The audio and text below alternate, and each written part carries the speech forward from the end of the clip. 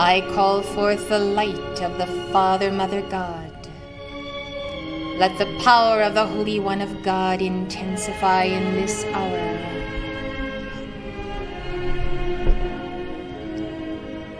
By the victory of the God flame, we call forth showers of light from mighty victory. Hosts of the Lord, descend now. Intensify thy cosmic honor flame within us. O beloved Father El Moria, beloved Father, our beloved Lanello, God the Father, the Son, the Holy Spirit, and the Divine Mother, come to us in this hour. Exalt thyself in us.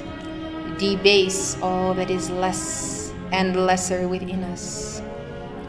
Let the full fire of the resurrection flame swirl round about each one as we join with beloved Lanello in the celebration of his ascent to the heart of God. O thou magnificent Christhood of our beloved Mark, shine through us, shine through us, shine through us. Rings of mighty Estrella encircle us. Purge us this day. Prepare us and strengthen us in the ongoing crucifixion of the cross of white fire and the ruby ray.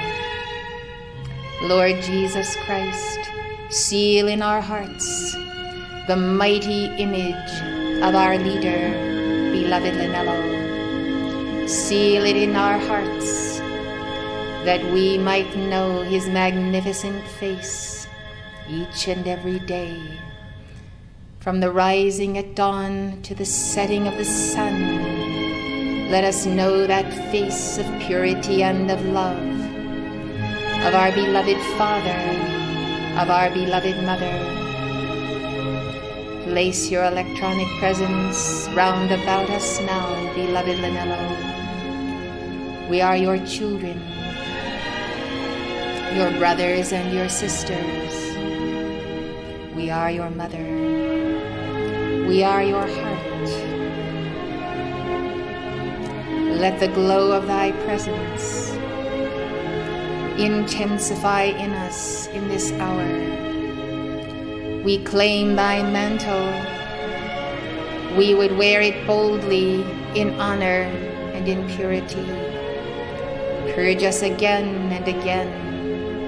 Let us be tried again and again, purified and be made white. In thy footprints we place our feet. We would walk as you have walked down the centuries, sending violet flame into past, present, and future, clearing that pathway of light that all might follow thee to the heart of the great central sun.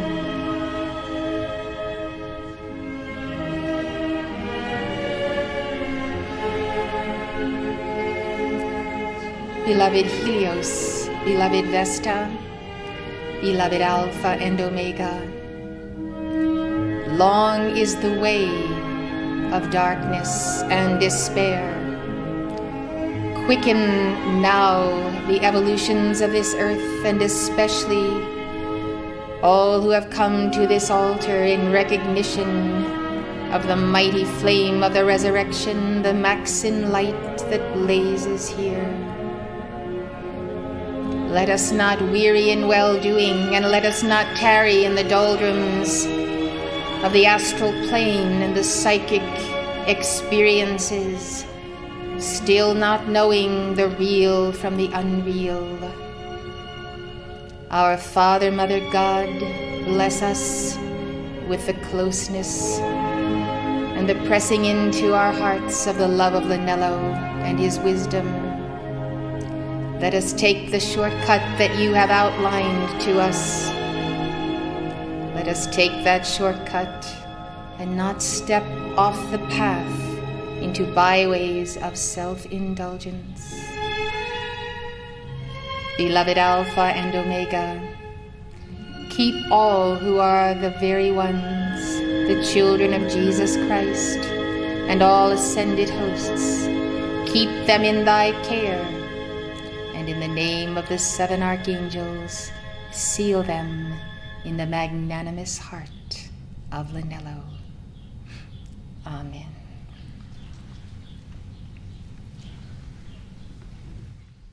Good morning, everyone, and good afternoon. Let us sing to our beloved Lanello.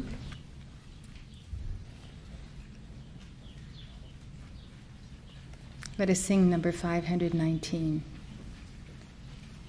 Let us claim the mantle of the Ascended Master Lanello. I claim the mantle of the Ascended Master Lanello. I claim the mantle of the Ascended Master Lanello. I claim the mantle of the Ascended Master Lanello.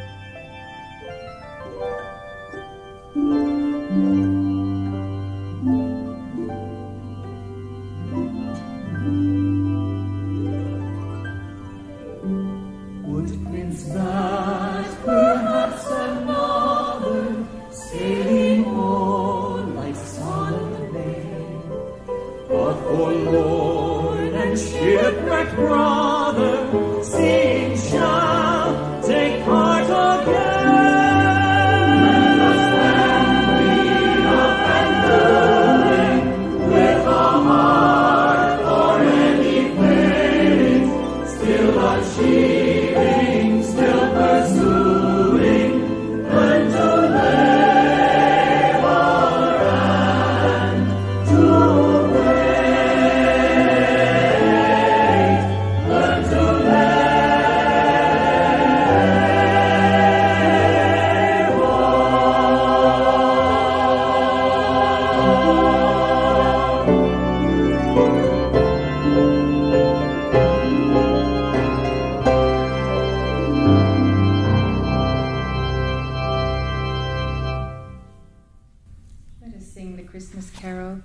What child is this? Give your fiats to the child, Mark, born on Christmas Eve.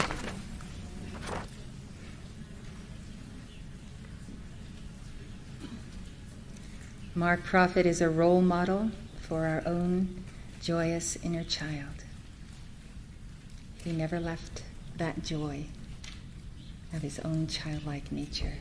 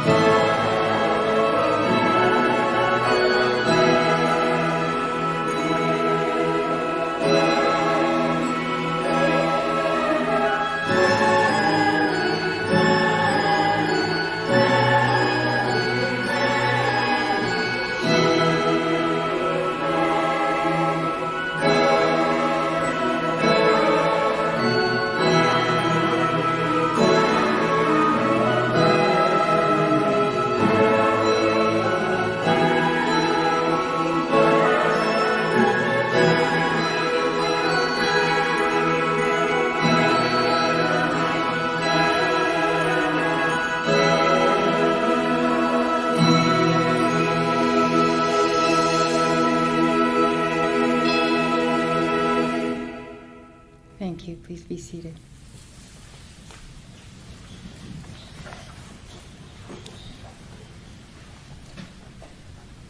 In the 12 years that I had the great good fortune to know beloved Mark as my husband and guru and dearest friend, as my mother and father, my child, and my twin flame, I realized that he was crucified many times over in that life. And as you go back to many past embodiments, you see that crucifixion again and again. You have all been crucified in this life, in past lives, to a greater or more severe extent or a lesser extent. We have survived that. Jesus came to give us the example of all things that we must pass through, and the final 3 initiations that bring us to union with God are the crucifixion, the resurrection, and the ascension. So I think on this day of the year, I reminisce on the 12 years that I have known him and all of the wonderful staff who have surrounded us, our children, and many that he had known before I met him. I think then of this day as beginning from Friday night till Monday morning of that weekend, being his final crucifixion, his resurrection, and his ascension. And so as we stop at those stations of life, we realize that the ultimate pain becomes the ultimate bliss, and becoming one with him and his causal body is no doubt the greatest blessing that any of us could have, besides having the sponsorship of El Moria and other ascended masters.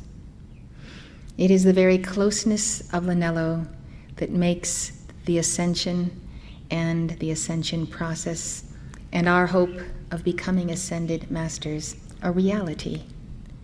It is seeing him in all of his earthliness, his spirituality, his tremendous genius, his profound perception of our souls, his knowing just where to take a stick and dig it into you at the side of your rib or somewhere else to get you to come off whatever state of consciousness, of human consciousness you might be in for the moment. It is a wonderful experience to know a true and living guru. And I believe that this is one of the greatest blessings of all time that I have had, and that you have shared in some way. Do not be concerned that you did not shake Lanello's physical hand. He has been shaking your hand ever since you came here, and you have placed your hand into the hand of an immortal. You have touched his heart through his teachings, through his tapes, through the many dictations he has delivered. There is no end to hearing his voice if you desire to hear that voice and feel the comfort and the compassion of his presence. And so today, before we receive the dictation, I would like to begin the spiral of Easter by giving our Easter resurrection rituals. These take about 45 minutes. We have a very good tape.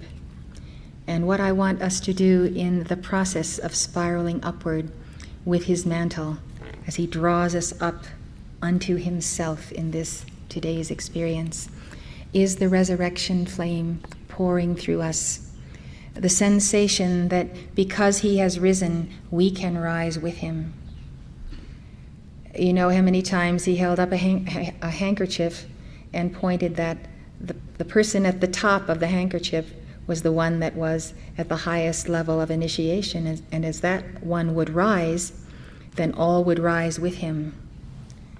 Let us feel his mantle as that handkerchief today, that as we give the resurrection decrees, we might truly enter into the flame of his immortality and perhaps capture the essence of that flame and seal it in our hearts for the day when we too shall take our leave and our victory.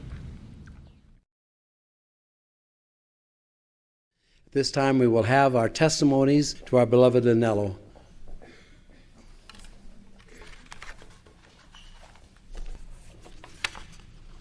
My name is Helen Reese. I live in South Glastonbury. I am a member of the staff. I serve in the kitchen. And I have been a student of the Ascended Masters for 27 years.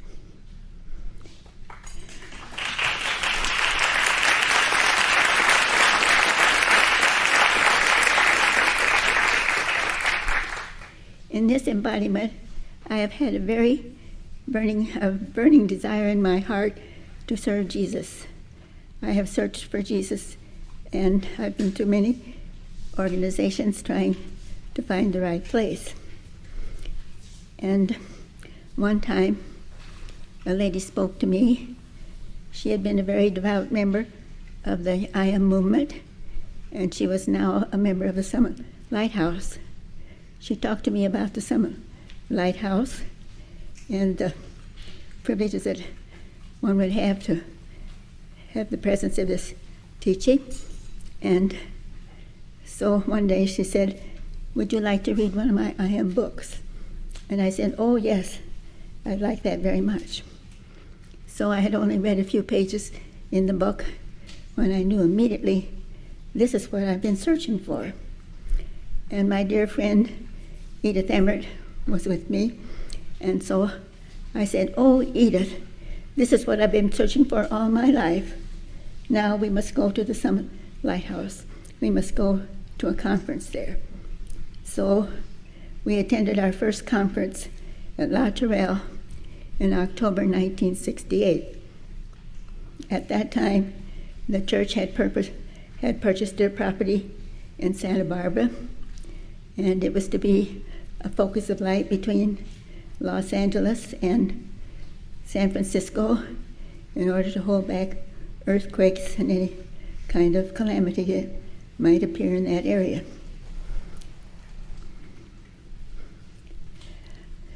Edith Emmert and I decided that we would move to Santa Barbara.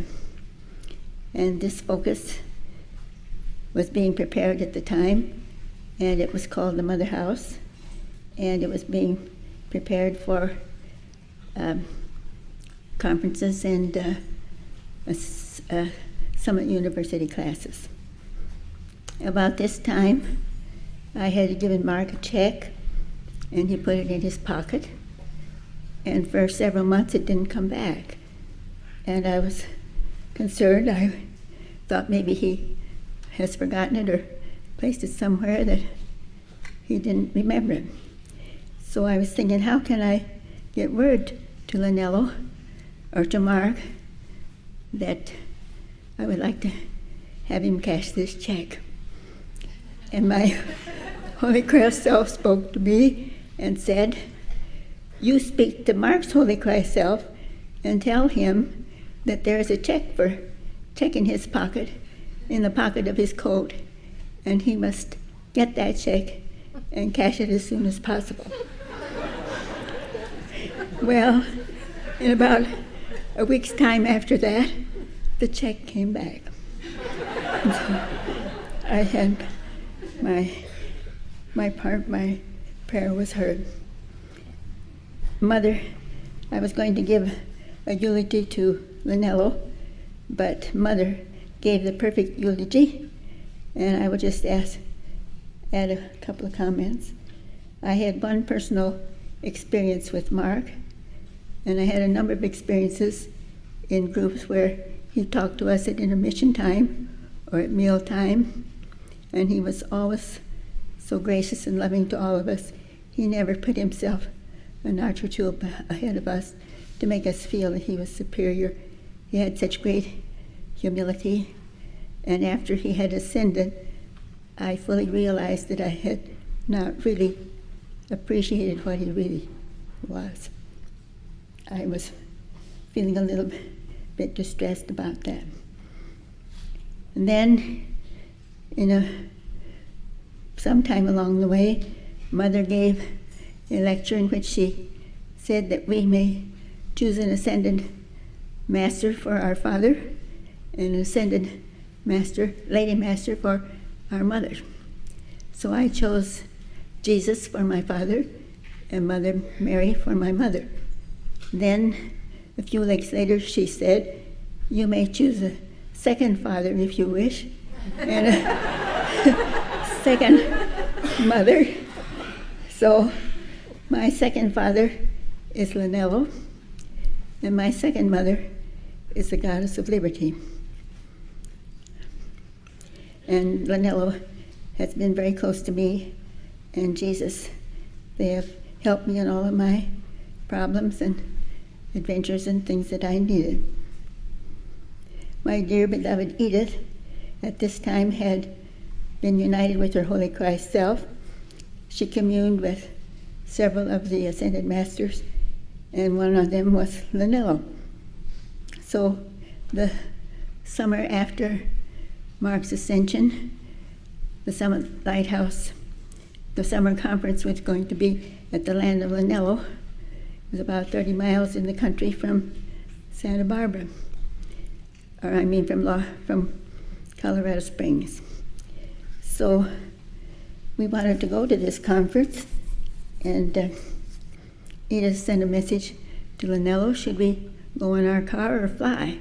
We really wanted to go in our car. And Lanello sent back a beautiful message, go in your car, you will have no problems, and you will get there and get home again safely. So the morning we left home, we stopped in a small town for breakfast. It was a typical Western town. The people were speaking in loud voices, and the radio was playing rock music at a very loud rate. And all of a sudden, there was a lull came over the room. Everybody stopped talking, the radio stopped, and everything was silent.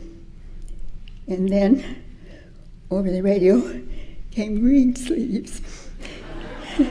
Green sleeves. Oh, I said to Edith, listen, green sleeves.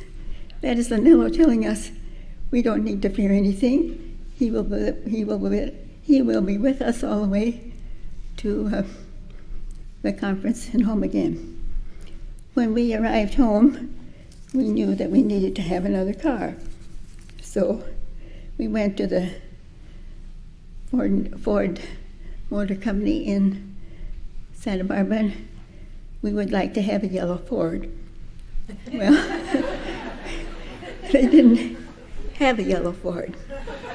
So it would be quite some time before they would get one. So we decided we'd take another blue car. Well, in the morning, when we came to get the blue car, when we drove down the right way, I said to Edith, oh, look, there's a yellow Ford up there by the door. So we got our yellow Ford. Then one Sunday, Mark, in Santa Barbara, Mark gave a dictation, and he said that he would sometimes come as a bird. So, lo and behold, a few days later, a blue jay came in the door from the garden. That was a beautiful garden. He walked down the hall, and it was quite a long hall for a bird to walk down. And he hopped up the 2 steps onto the platform, turned around, and gave us a small lecture.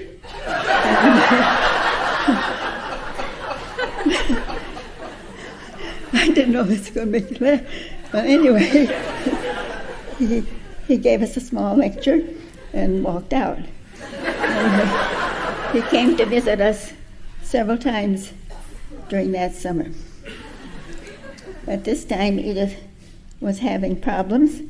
She was not able to get up and down the stairs in the apartment building where we lived, and so I had to look for a place on the ground floor, and it was difficult. I couldn't find any places. So one morning I was coming down the street, down Main Street, and I met our neighbors, and they said to me, come into the cafe with me and let's have a cup of coffee together. So I said, yes, I would. So he wanted to know why I was downtown so early. I said, well, I'm looking for a place for Edith. We have to have a place on the ground floor. So he said, I just came from the Sherwood. The manager of the Sherwood was a very good friend of his. He says, go there right away. They have a vacant apartment there, and maybe you can get it. So I hurried to the Sherwood, and the manager was very kind to me and said yes, he had a vacant apartment, and it would be just fine for Edith. It was on the top floor, but they had an elevator, so there was no problem there. But we had quite a surprise when we moved there, because right next door to us lived a lady that we had known before. I was so upset about it, wondering about it. I knew that that didn't just happen. That was something that was meant to be. This lady needed to live beside us because we had a karma that we had to work out together. But that never materialized. We didn't fulfill that. Then Edith became ill, and it was necessary for me to take her to a convalescent home. And there was a very nice convalescent home in Livingston, so I made a call there. Would they have a vacancy? Would it be possible for Edith to come there? Well, they didn't have a vacancy at that moment, but they would have one very soon, and they would let me know. So a few mornings after that, when I went down to my car to go to work, it was a cold winter day, and there was snow on the ground. When I got in my car, I looked up, and on the fence across the alley was a white bird. Oh my, a white bird this time of the year, wintertime, snow on the ground? It must be a pigeon. I couldn't believe it. Then a few minutes it dawned on me, oh, Mark said that he would come as a bird. Here he was. He was on the fence looking at me. He was there every morning for a number of days, and he had come to tell me that all would be well with Edith. So that the following summer, the lady that lived across the alley was in her yard. She had many birds that came there constantly to be fed. And she came to the fence, and we visited for a little while, and she said, did you see that bird that was here last winter? And I said, yes, I saw the bird. And she said, do you know, he came on the first day of November, and he left on the 11th, and that was the day my husband passed away. So I figured Mark had two missions there. He had one for Edith and one for the lady's husband. And then, let's see, after that, I had an opportunity to move to Glastonbury. I had never dreamed I'd ever get to Glastonbury. I didn't have enough money to support me there. But I arrived in Glastonbury, so then my Ford wasn't sufficient. I had to have a car with a two-wheel drive, so I needed another car. So I called to Lanello to help me, and I went to the Whiting garage in Livingston, and I needed a car. So he showed me a very beautiful car, a Geo Prism, a 1990 model. It had 5,000 miles on it, and all the warranties, everything that you could ask for. It had been a Hertz car. I would like to have had that car, but it was beyond my means to get it. So I looked at all their other cars, and they didn't suit me. So I went to Bozeman, and I went to every car lot that I could find, but there was nothing there. So I came back. I said, I guess I'll go back to the Whiting place once more. So I went back, and I asked if they could possibly give me a reduction in the price of the car. I would very much like to have that car. So after a little time of figuring, the man said, well, he'd give me the car for such and such a sum of money. And I said, well, I can meet that. I'll take the car at that price. I had to borrow $2,000 from a friend, but I knew I could pay it back right away, and I did not want to finance my car and have to pay a interest fee. So I still have that car, and I drive it to work every day, and it's a real pleasure to me. Mother, I wish to thank you, beloved Mother, beloved Nello, beloved Jesus. My heart overflows with love and gratitude for you. You have given me so many blessings, privileges, gifts, and the privilege of being a member of your staff. And I thank God, the masters, the angels, and all who brought me to this teaching. I have the privilege of being in the presence of the Holy Family and the light bearers. And every day when I come here, I thank God for the privilege of walking on holy ground.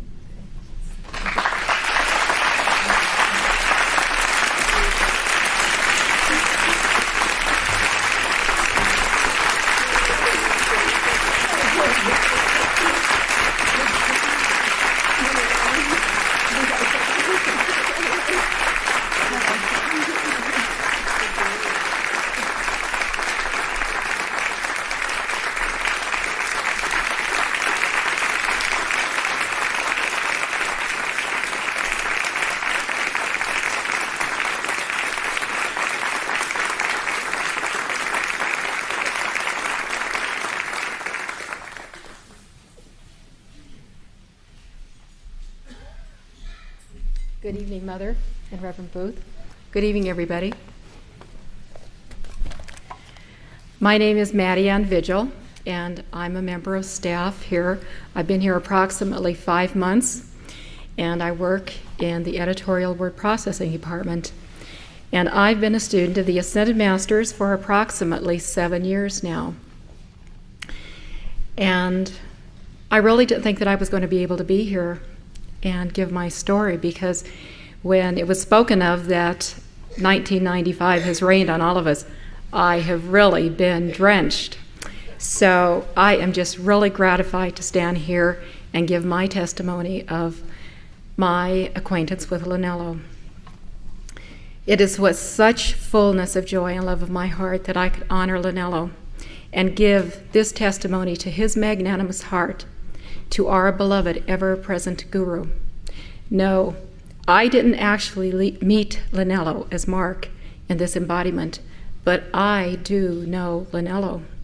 And I know that Lanello knows each person, every keeper of the flame, and all the light bearers, and especially his staff here at the ranch.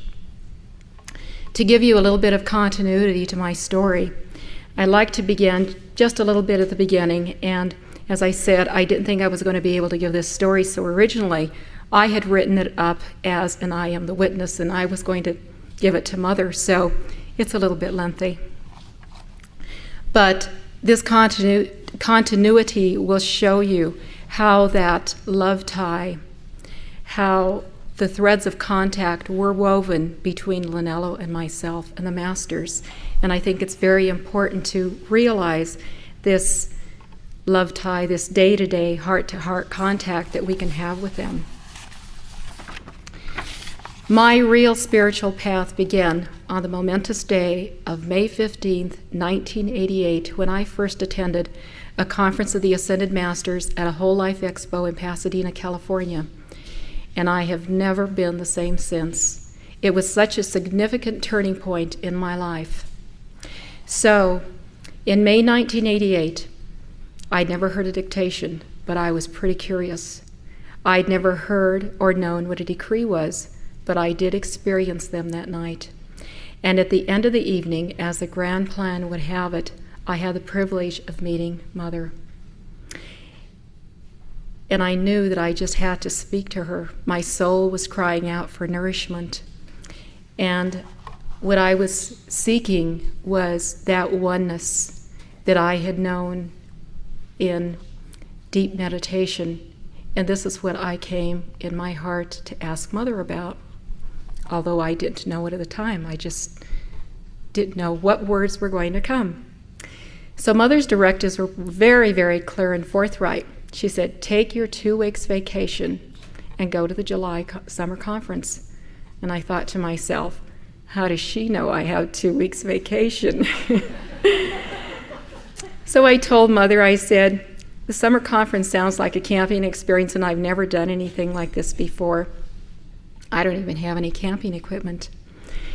But I think most of you know Mother. She didn't leave any loopholes. She said, dorm tents and facilities are provided. And so I myself have learned since then to just be there and let the masters and the angels pick up the cue from that point onward.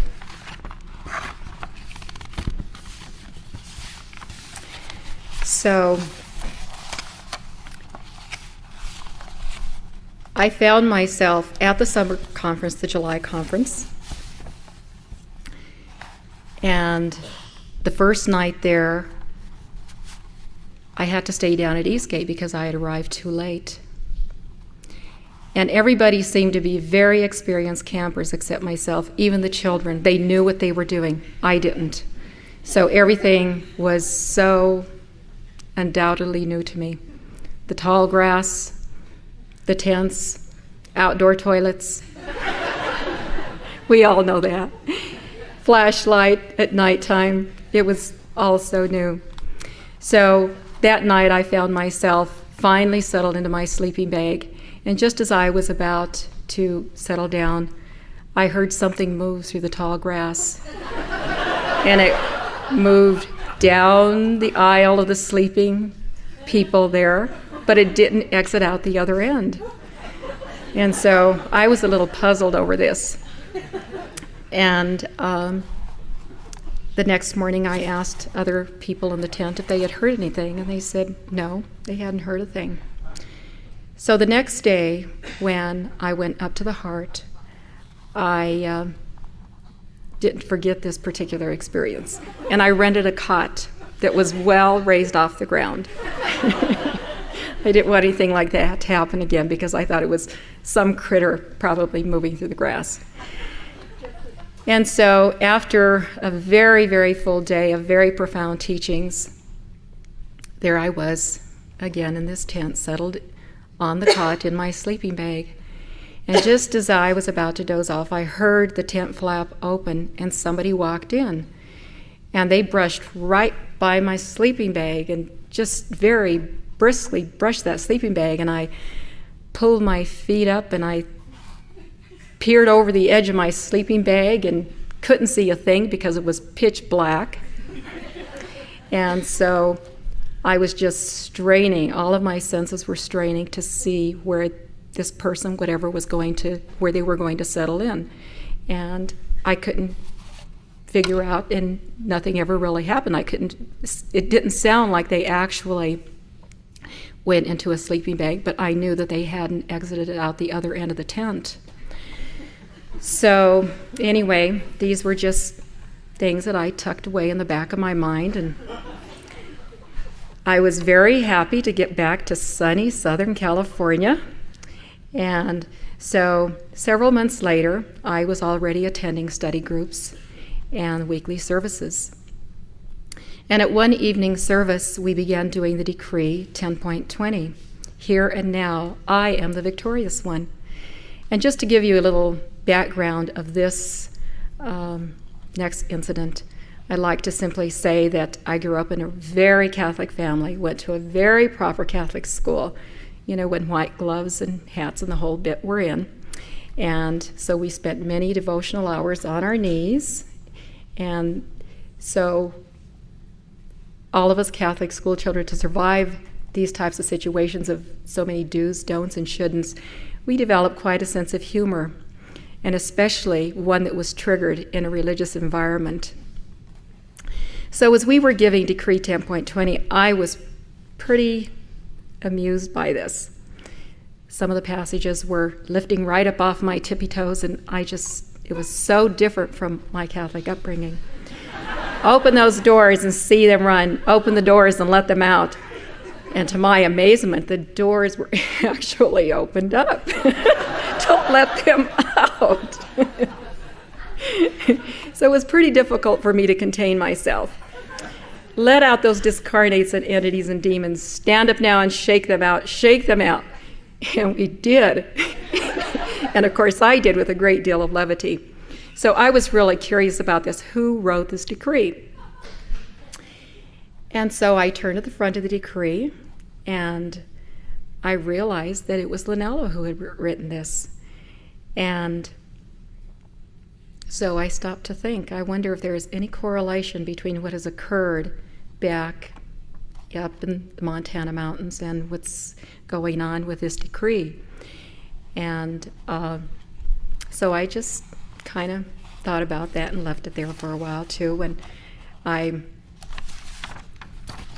just thought that just possibly there was some correlation. So that following February 1989, when the celebration of Lanello's Ascension Day service was announced at the Los Angeles Teaching Center, I was really looking forward to it, to know more about Lanello. And so Sunday morning, I was seated in an aisle seat, and the meditation music was playing, and I was in deep meditation. And suddenly, somebody came up beside me and touched me on my upper arm. I turned my head, opened my eyes, expecting to see an usher with a message for me. But no one was there. But I knew someone had touched me because the touch of the hand was still vibrating on my arm. And then I realized that it was Lanello. No doubt in my mind that he had just walked up the aisle to the altar. And then I also realized who it was back in the tent. Lanello was having quite a bit of fun with me, humoring me, and not allowing me to get too serious on the path, and also allowing me to become acquainted with him. And I realized, too, that he knew me well enough to know just how to approach me. But months later, the touch of his hand was still on my arm. Early February 1990, Lanello enters the scene again. I was living in Livingston at the time, and we received word that on the 25th, Lanello was going to give a dictation for the occasion of his Ascension Day service celebration. So I had agreed to give several people a ride, but we didn't arrive early enough to be seated in the court, and so we had to sit in the overflow area. And my concentration on Lanello was very greatly challenged. So as the dictation began, I was trying to focus on Lanello and picture what he might look like in his Ascended Master body. And to my knowledge, there weren't any pictures of Lanello after his ascension, so I was really guessing. But pictures of other Ascended Masters just kind of floated through my mind, and I could kind of picture loose robes and kind of belted in some manner, and sandals. And so I thought to myself, he's probably in white, just as Jesus is in white, and I'm sure he's wearing sandals. No sooner had this thought gone out when the next words I heard him speak were, "I come, beloved, and I represent a high order of saints in heaven, as I am robed in a robe of delicate off-white wool, and I wear a metallic gold belt with sandals." This personal message, interjected right in the middle of a very important dictation, was so moving to me because I realized that we're only a thought away from Lanello. So from that moment on, the cord to his magnanimous heart really became stronger, and he just became nearer and dearer to my heart. But I also know that it's not just to me alone that his magnanimous heart reaches out to. This past December 24th, on his birthday, he sent the loving message, "Now then, I would not leave the Chelas who have stood stalwart. I would not leave any of you who would stray a sheep from the path. I would go after the lost sheep rather than stay with the 99. Yes, beloved, I would go after you, for you are my own. You have loved me, and I have called you out from among many who are not worthy." And as I was preparing for this testimony today, it was really pretty clear to me that I'm not just standing up here giving this testimony of Lanello.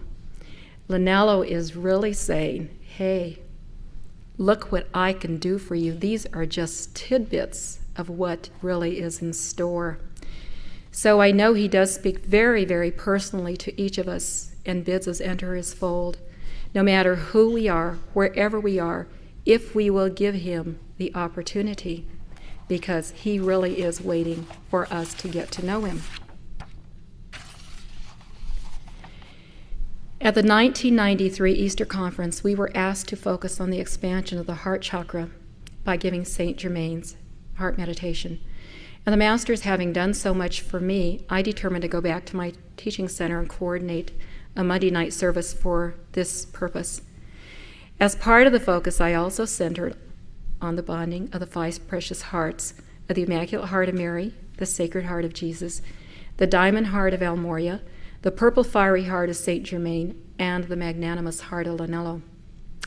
And out of deep love for these blessed hearts and the bonding that I could feel occurring, I would say and meditate on some prayer affirmations to each one as I would fall asleep that night and as I would awaken the next morning.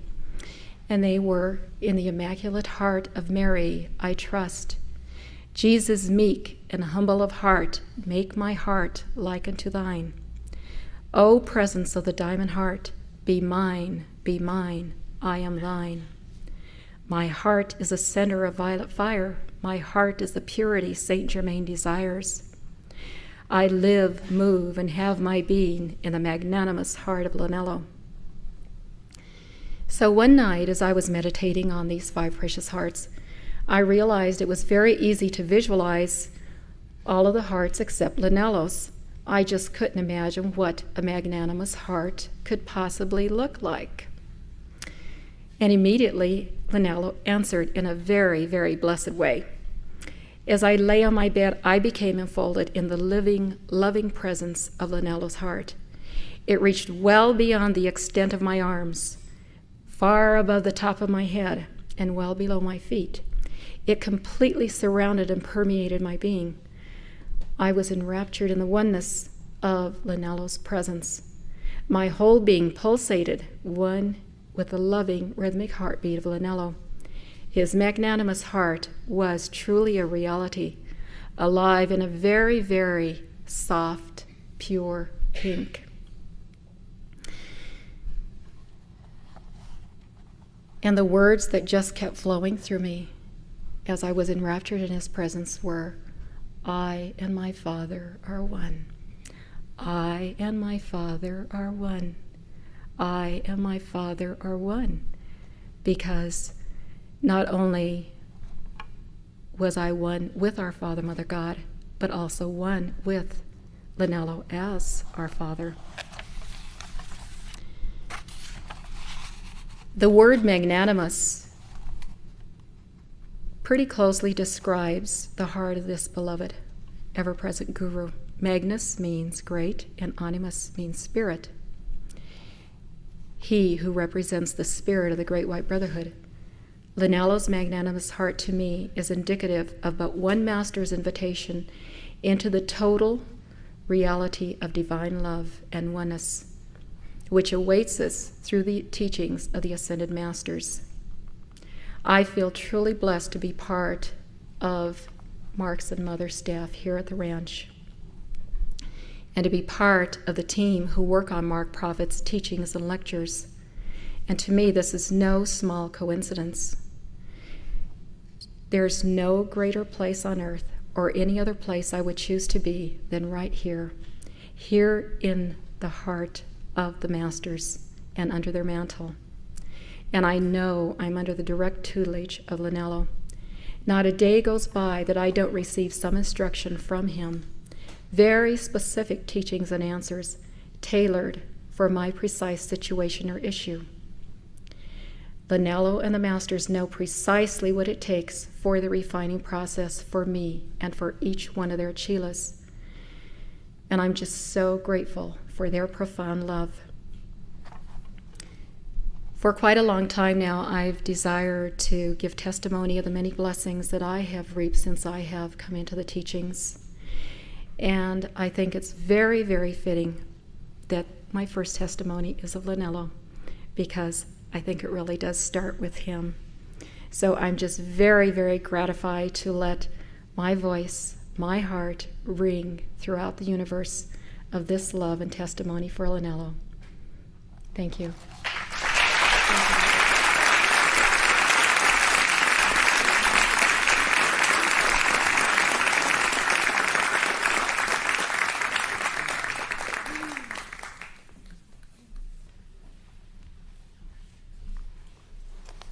My name is Grace Johnson. I live at the North Ranch, and I serve the staff at the Montessori International School there. I would like to tell you of 2 instances where I very thoughtlessly failed to accept an opportunity to be in the presence of Mark Prophet. The first instance was my failure to accept the invitation to attend the First Summit University session with Mark Prophet. Instead of making the calls and trusting in faith, I became entangled with the mundane logistics. The second lost opportunity occurred as Mark and Mother, along with those of us who accompanied them and their children on the pilgrimage to the Holy Land in 1972. We were preparing to return to Paris for our flight back to the United States when Mark suggested that I might talk to our people to see if they would be willing to spend the night in the airport in Paris and then accompany him on a tour of Versailles the following day. Many of you are aware of the fact that one of Mark Prophet's embodiments was that of the great Sun King Louis XIV of France, and the architect of Versailles. Once again, instead of making the calls and using my ability to convince the group that we simply could not miss this opportunity to see this magnificent golden city, I accepted such weak excuses as a shortage of funds and weariness. After Mark ascended, I had to come to grips with the fact that I had failed 2 important initiations testing my faith. Then and there I began to pray that I would not make the same mistake with Mother.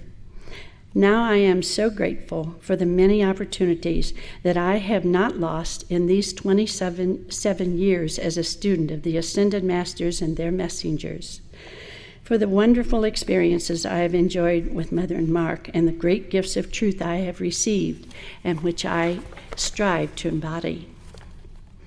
One more thing I would like to tell you.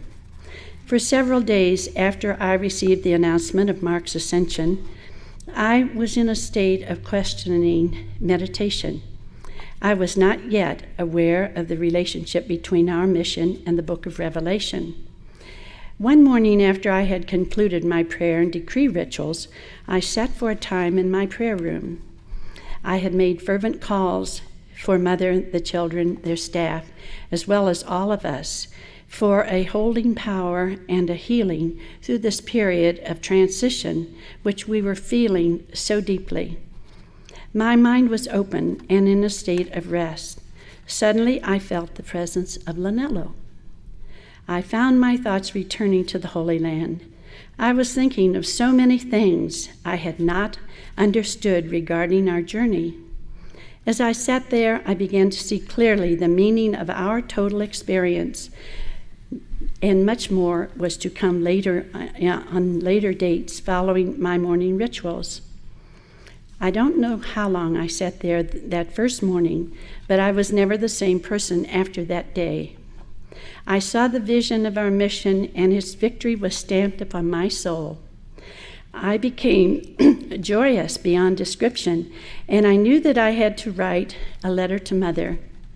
Lanello said, "Tell them," and that's what I've been doing to this day.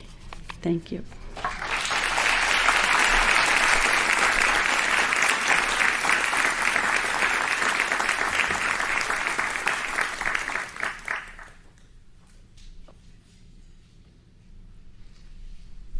Hi, Mother.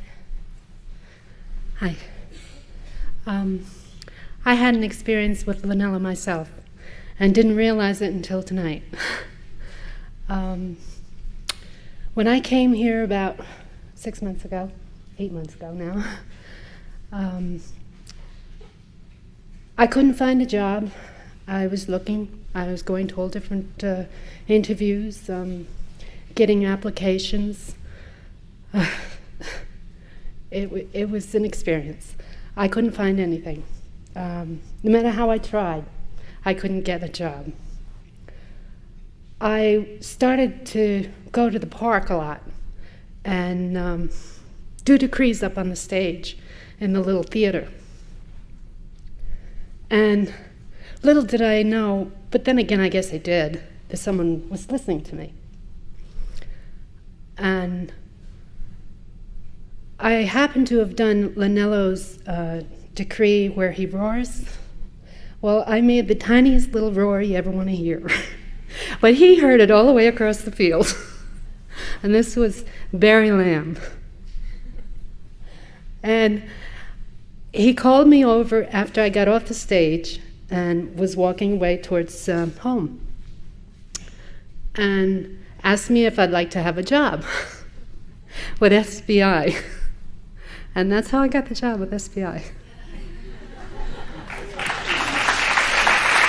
So I'm glad to be there. And thank you very much. And thank Lanello for being there for me. And thank you.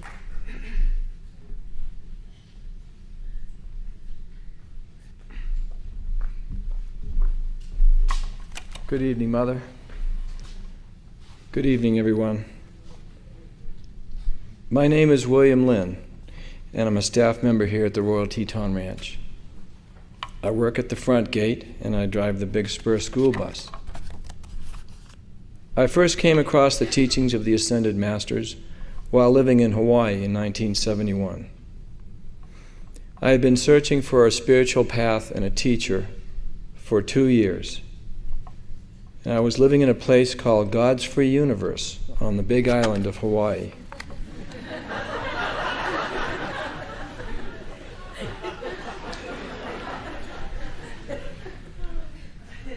Someone there handed me a pearl of wisdom from the Summit Lighthouse. I could feel the light of the Masters as I read the words.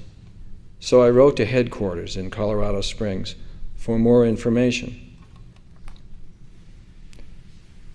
A few weeks later, I received in the mail an invitation to attend the fall conference, the class of Cosmic Fortune, with dictations from several Ascended Masters. After the conference, I had an interview with Mark Prophet. I told him I wanted to join the staff and serve at headquarters. He could see that I was not ready for joining staff at that time.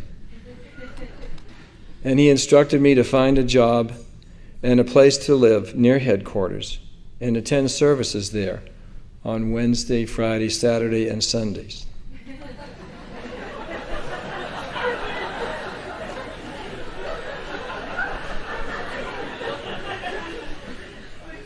Which I did. I found a job at the Broadmoor Hotel as a ski instructor. The Broadmoor Hotel was located right next to La Tourelle, and the place where I ended up living was 2 blocks away. So I attended many of Mark's Sunday night sermons and lectures and several conferences and meetings that were held there.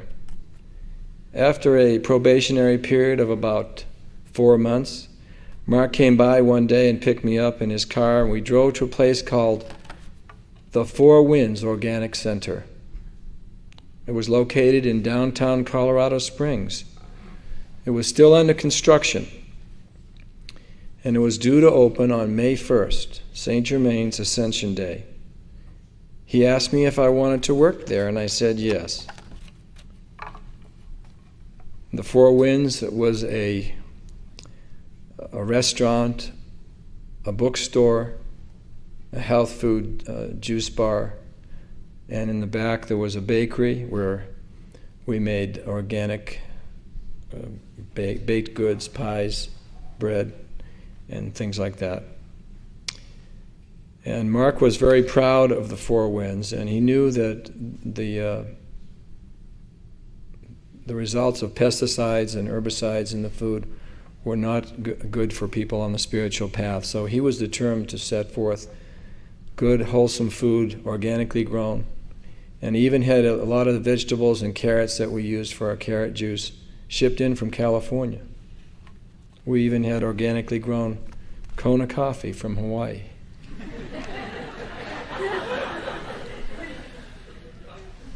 And he loved the blueberry pie. His favorite was blueberry pie and ice cream, I gotta tell you. And he loved it.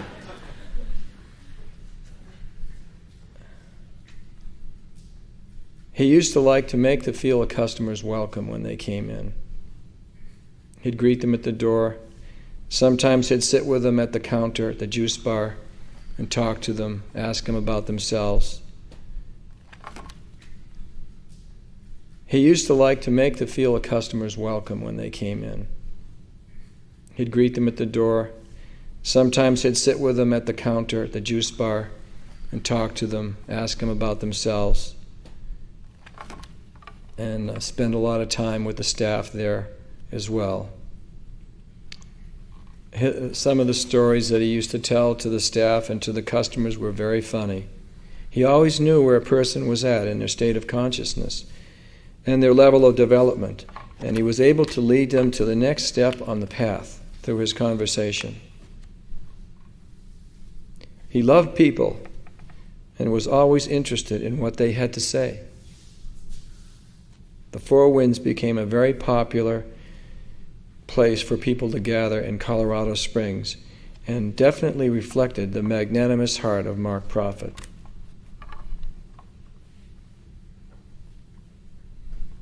There was always beautiful classical music playing. Mozart, Beethoven, Vivaldi. Mark especially liked Vivaldi's Four Seasons and Pachelbel's Canon in D. In the middle of the store, we had a reading room where customers could go to browse through the teachings of the Ascended Masters and find out how to sign up for the Pearls of Wisdom and the Keepers of the Flame fraternity. I believe that many people first contacted the Summit Lighthouse through our reading room there. Sometimes after work, Mark would take some of the staff to the European Health Spa in Colorado Springs. He was a strong believer in physical fitness. He even learned how to swim there at age 55, which was quite an accomplishment. Our staff meetings are the main form of communication between Mark and the staff. They were held almost every week and were a source of enlightenment, wisdom, inspiration, humor, teaching, and discipline. Daily events were discussed, and decisions were made on everything, how to do things. Everyone had a chance to have their say. Mark would always listen to the staff and try to get the best information about any given situation before he made a final decision on anything. In the chapel where we had our meetings and our services, everyone had an assigned seat. That way, Mark could look up and see who was absent and who was present. He knew exactly where everyone was supposed to be. One day he looked up and said, "Where is Bill Lynn?" He roared. Someone said I was sick in bed in the top floor of La Tourelle. He said, "Well, I want the audio department to run a wire up to the top floor and install a speaker by Bill Lynn's bunk bed so he can hear everything."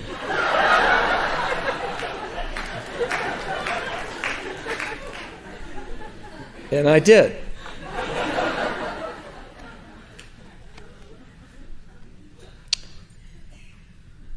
The Master said, "Except you become like a little child, you cannot enter in."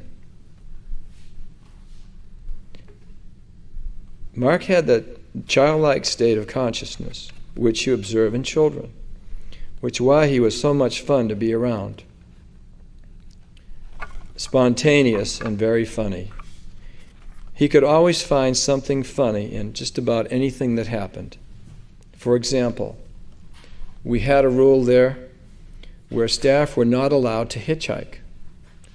Well, one day a staff member missed his ride to the Four Winds, which is in downtown Colorado Springs, and so he went and hitchhiked a ride to get to work.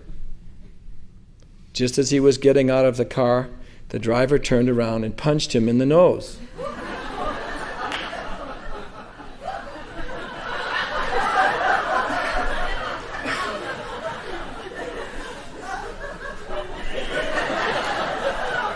That staff member's still here on staff, too.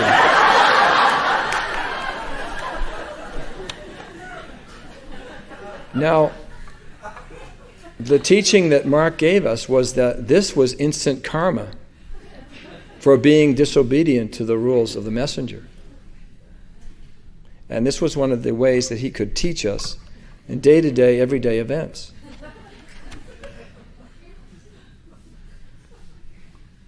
Now, Mark had the 9 gifts of the Holy Spirit, which he had since he was a teenager, and all of the cities, which are powers, the higher powers of the Eastern masters. Like a true master, he kept these powers hidden and never displayed them publicly. They were only used as the need arose. I recall our trip to Hawaii in June of 1972. Climb the Highest Mountain had just been published, and beloved El Morya had given the messengers a 2-week vacation in Hawaii. Being from Hawaii, the messengers took me along so I could guide them around the islands. On Maui, we drove up to the top of Haleakala volcano, over 10,000 feet above sea level, about the same height as Electric Peak. We took in the view from the summit. From there one can see all the islands except Kauai, which is over the horizon. We were far above the clouds. On the way down, the road was engulfed by the clouds, and we couldn't see the road ahead. There was a danger that we might drive off the road. So Mark, who was driving, put his hand out in front of him, right above the dashboard, and chanted one of the Bija mantras to the elementals. And like the parting of the Red Sea, the clouds parted, and the road became visible. The clouds stayed on both sides of the road as we descended the mountain to safety. Although this is a testimonial to Mark Prophet, I would like to pay tribute to Mother as well. It was on this trip 22 years ago in St. Joseph's Church in Hilo, Hawaii, that beloved El Morya assigned Mother to walk the 14 stations of the cross. I remember sitting in the back of the church and watching as Mother began her meditation at the first station and went around the church, stopping at each of the 14 stations. I'm grateful that I got to go on that trip and get to know Mark in a personal way. I am also most grateful to have known Mark Prophet during the last years of his final incarnation. Hero Universe, I am grateful. To those of you here and in the field, I would like to encourage you to follow in his footsteps. Read his books. Listen to his lectures and sermons. Hear the hundreds of dictations of the Ascended Masters given through him in the Only Mark albums. See his life story and a dictation by Saint Germain on the Mark's Movie video. Come and attend Summit University this summer with Lanello and the Blu-ray Masters. Apply to serve on staff here at headquarters or at our teaching centers. And support our satellite ministry and help get the teachings of the Ascended Masters on satellite TV worldwide to all the English-speaking countries of the world.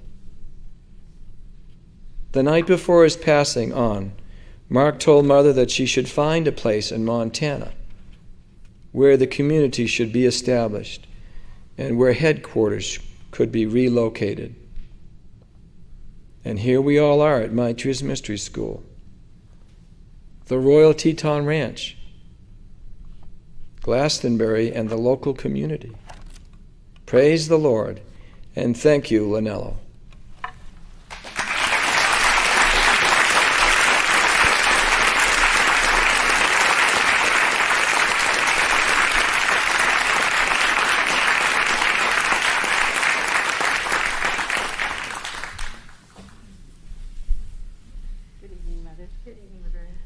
Good evening, friends.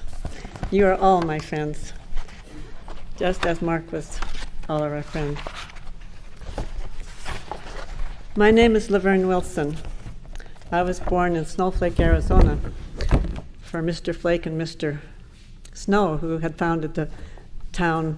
It was an old Mormon missionary home, a settlement. And I was born into this strong this strong Mormon family named Smith, and we were relatives of Joseph Smith, who had founded the church.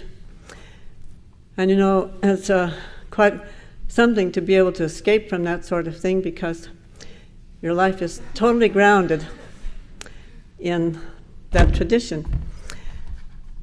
Well, something was evidently working with me through my life anyway, because it doesn't matter where you are or where you're born or what's going on with you, because if you're destined to be a freedom fighter or a freedom lover, you're going to find it no matter where you are. So when I graduated from high school at 17, I was assigned to give a speech. And I was very elated, and I couldn't figure out why I was assigned to give this speech, because I wasn't one of the higher scholastic ones in the class. But I was a descendant of Jesse and Smith, so I figured that's why I was given. Nevertheless, the topic of my speech, I thought, well, this is the most important time of my life. I must give what's important in life. And so what is important in life? Well, the only thing that I could come up with was freedom. The name of my speech was, "Oh, would you not like to be free? Seek the truth, and the truth will set you free." My message was that I knew that mankind was not free. Now, they might think they're free, but I knew in my soul that my soul was in bondage. And what my mission was at that time was to go search the world and find out where is freedom and how to find that freedom in Christ. I didn't really understand that, but anyway, that was the concept that I was talking about. Well, nobody quite dug what I was talking about, but nevertheless, I really had a wonderful time when I gave that speech, because I roared it, because I knew nobody was really in tune with where I was at. I was, a little bit different or something. My story begins finding the Summer Lighthouse in February 15th, 1972. I was in an office working in Santa Barbara for the Center of Democratic Institutions. A lady came in one morning with a little half-inch advertisement she had cut out of the paper the night before. She said, "Laverne, you're always going to everything. Why don't you take this and try it out?" I said, "Well, I've seen the Summer Lighthouse in the phone directory, and I thought someday I'll check it out, but I don't think I'll go tonight." But another lady in the office said, "Well, hey, you don't live very far from there. Why don't we just go check it out? I'll come by and pick you up." I said, "Okay." So we go there and check out what this is going on. First thing, we get to the door and we hear this chanting, and I thought, oh my goodness, what did we get into? But before we could go to the service, we had to go listen to a 15-minute tape from Mother. And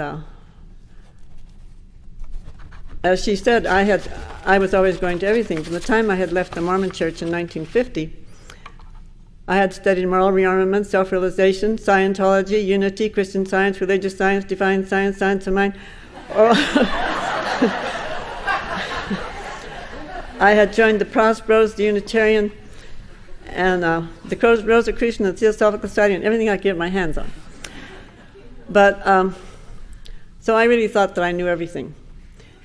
Well, I had my mountain of knowing everything is reduced to about a little tiny thimble by now, but nevertheless, the last thing that I was in in January, just before this February in 1972, I had gone to listen to a flower lady. She gave nice sermons, and it was a little quaint church in Santa Barbara. And one day she was reading flowers, and she said, "Everybody bring a bouquet of flowers that nobody else has touched but you."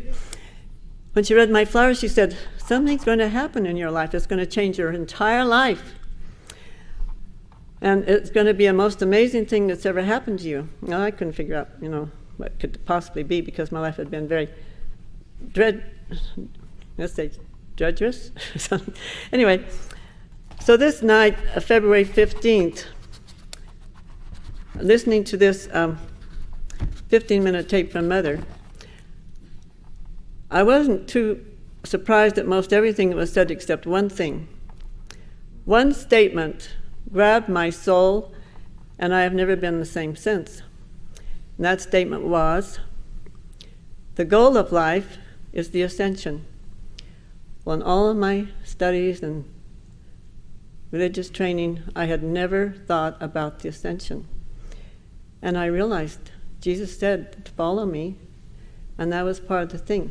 But I thought, everything that I had been in, I had become very strongly questioning. I'm a very strong questioner, and that's part of my problem now. I have to have everything my way and question everything that happens. But I thought, man, if there's anything to this story about the ascension, I've got to check this thing out. Because I know there's no other way out. The ascension is the only way out of this planet, or out of this earth, or this embodiment. Because I had already understood, and I recognized from having a near-death experience, that you don't die when you die, and you come back when you...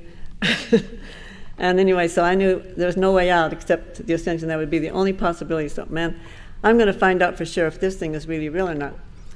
I went to every decree session, every lecture, and every conference. That was February 72. So I had 4 conferences where Mark and Mother were there. But because of my pride and my strong sense of knowingness, I really wasn't ever sure about Mark, because I'd been through everything, and I thought, I've got to be sure about this. I can't just go into it blindly. I have to really. But of course there would be moments and dictations, and I would just know that it had to be true. But then I get this questioning going on over here, total questioning. Then on February 17th, 1973, it was the day before Mark came was giving his last lecture in Santa Barbara. And I knew he was coming, so he would definitely have to sing "How Great Thou Art." How great thou art. And I had been playing for the Sunday school there. I wasn't a good pianist, but I had to go up Saturday afternoons to practice so that I could be sure and play "How Great Thou Art" and any other songs that were necessary to play. As I rushed in to start to practice, coming into the Mother house, Mark was standing over, looking out the windows with his back turned. But I was so excited to see him, before I realized that I had said, "Hi, Mark," and I started over toward him. But at that moment, I discovered that Mark was in deep meditation.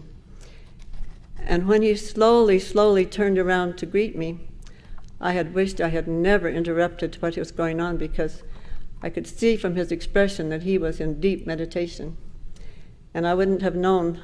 Later, of course, I realized that he was likely visualizing what's going to happen this next week, because that was the 17th, and he gave his lecture on Sunday. Monday, he went home, and Tuesday, I think, was when he went into a coma, and then, the rest of the story. But I was so amazed at this moment, because he had such a countenance with him that I knew he was with the masters.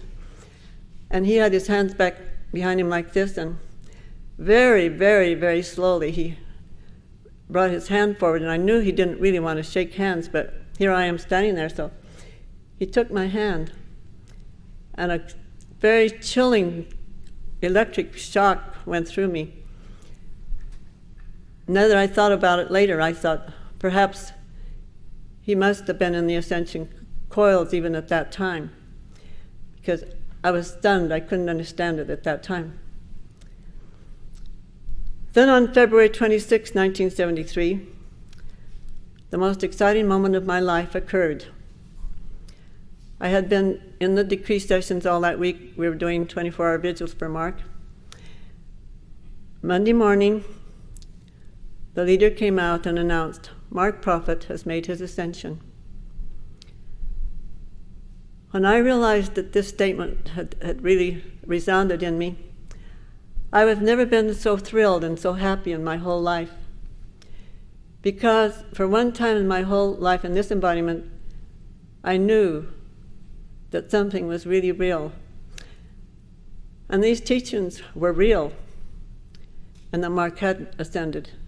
I had had a dream about him the night before, and I can't tell you the thrill and the excitement that went through my entire being, for I knew that this was really so. Mark has helped me much more since he has ascended than before, because before he had ascended, I couldn't really trust. My human questioning wouldn't allow me to trust. But after that, he's helped me in many, many ways. And I cannot thank Mark and Lanello enough. And Mother, thank you very much. Thank you, Reverend.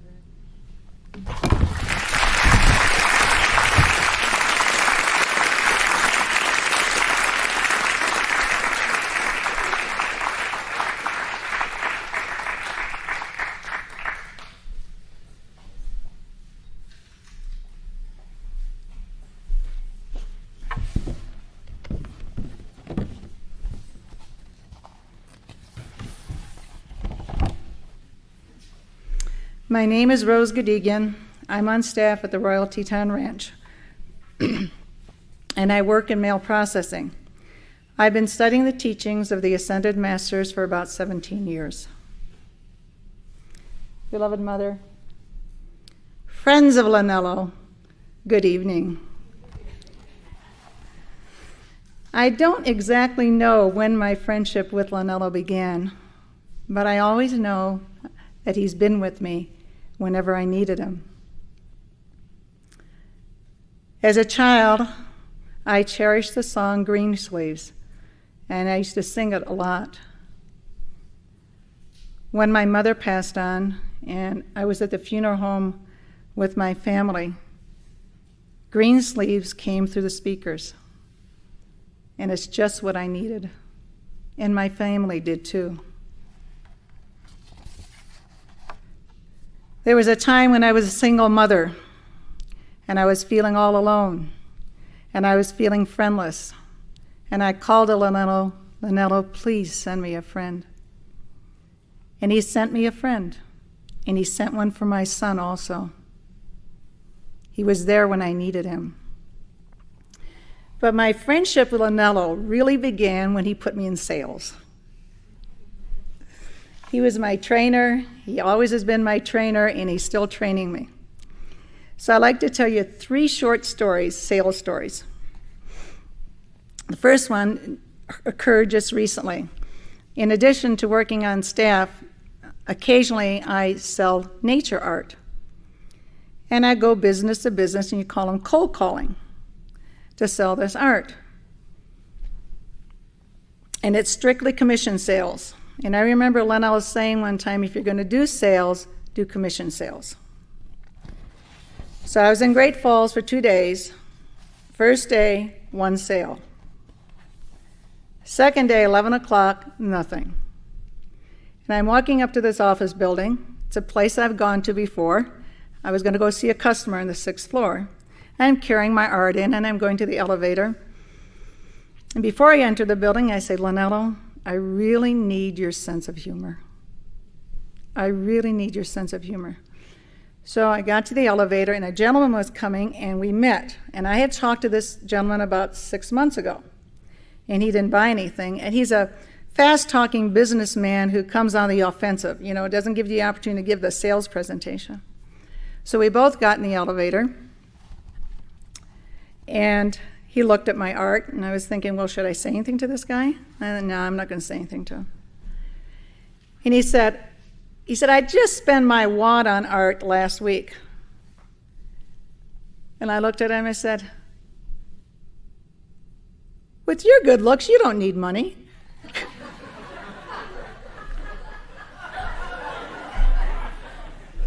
I couldn't believe it. And so it didn't end. And he looked at me and he said, really? He said, really, I'd like to put $2,000 in your hand. And I looked at him and I said, you're not that good looking.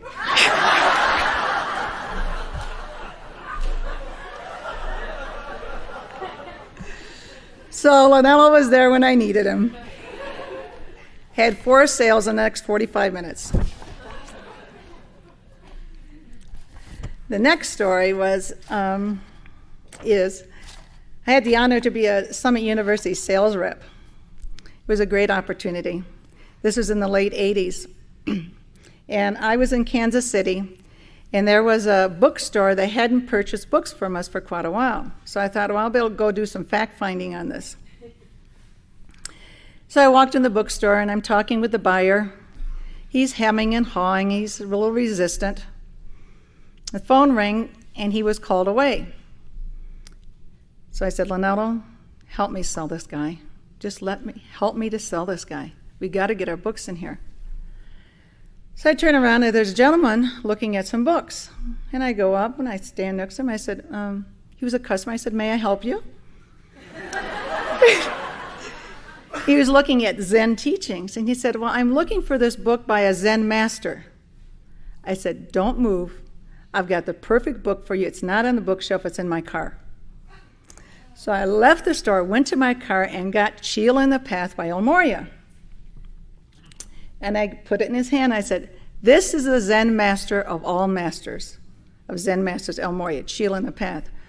And I read him a few paragraphs, and he said, well, how much is it? And I told him, he said, where do I pay for it? So he went and bought Sheila in the Path. And as this transaction was happening, the buyer was coming back. And he said, well, what was going on there? I said, one of your customers was looking for our book. And I had it in my car, and I gave it, and he bought it. He kind of looked sheepish. I said, now, how many books did you want from Summit University? I said, did you want lost teachings? He couldn't. He had no choice. He had to buy.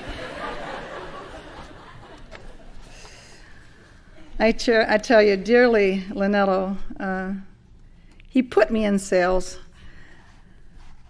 I don't know how I got there, but he's doing it. He's really, and what he also does, I really think he knows that when a heart needs to be opened. And through sales, Lanello is teaching me to love. Then in the 80s, early 80s, Lanello launched a new way to spread the teachings of the Ascended Masters. He had us pack our bags, we boxed our publications, we got our videos and audio cassettes together, and we went off in teams to conquer the state fairs. From 1983 to 1988, I was on one of Lanello's state fair teams. During that time, he taught me how to sell, how to work with team, but most of all, what he taught me was, don't judge outer appearances. It's right in the heart, that's what counts. Well, we would drive up to our state fairgrounds, we'd go inside, check out our booth location, we'd have our cassette player going, the light would come in, the place was being resurrected, we'd play our waltzes, the bhajans, and one of my favorites was I Shook Lanello's Hand. I always wanted to shake Lanello's hand. And I was not in the teachings when he was in embodiment. So I think it was Washington, we were at the state fair, and we were behind the grandstand. The location was not a prime location. And this one night, No one was there, no customers. The aisle was bare. We had jewelry, crystal, and we had publications. And I was behind the jewelry display, and Tomas Delgado was over here by publications. So we started calling to Lanello. Actually, I started shouting to him. I said, "Lanello, where are you? Lanello, I need you." This went on for a little while. So I looked down the aisle, and here's this man walking towards us. Totally out of place. He has a tweed sport coat, tweed vest, and a little tweed snap hat. So he's walking, and he approaches where I am, and I stopped him, and I said, "Are you Lanello?" And he said, "Yes."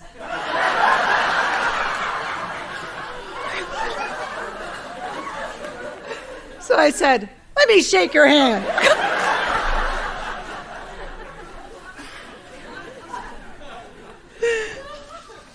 So he kept walking, and all of a sudden he turned around and looked at me. He said, "I'm not Lanello." Oh. And Tomas said, "Wasn't it fun being Lanello just for a little while?" So that's how I got to shake Lanello's hand.